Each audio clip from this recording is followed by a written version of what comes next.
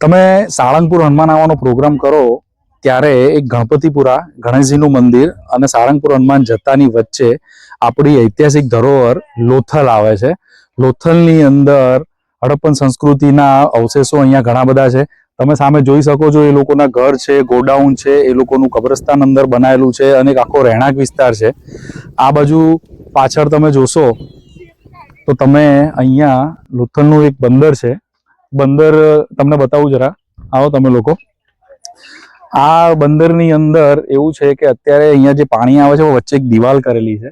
એ દિવાલ ચારે બાજુ દિવાલ કરેલી છે. અહીંયા જહાજો આવતા હતા, જહાજો અહીંયા આવતા હતા અને અહીંયા એ જહાજોમાંથી માલ સામાન ઉતરતો હતો અને એ માલ સામાન સામે ગોડાઉનોની અંદર મૂકવામાં આવતો હતો.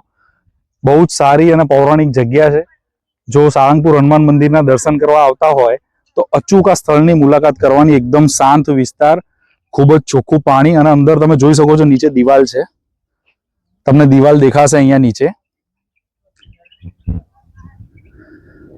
અને અહીંયા તમે જોશો મારી પાછળ, આ સામે તમે જોઈ શકો છો ત્યાં જે દિવાલો ચણેલી છે એ હડપ્પન સંસ્કૃતિની બધી દિવાલો છે. અને હડપ્પન સંસ્કૃતિમાં જે લોકો રહેતા હતા એ લોકોના રસોડા, એ લોકોના રૂમ, એ લોકોનું કબ્રિસ્તાન, એ લોકોનું ગોડાઉન બધું જ અહીંયા બનેલું છે.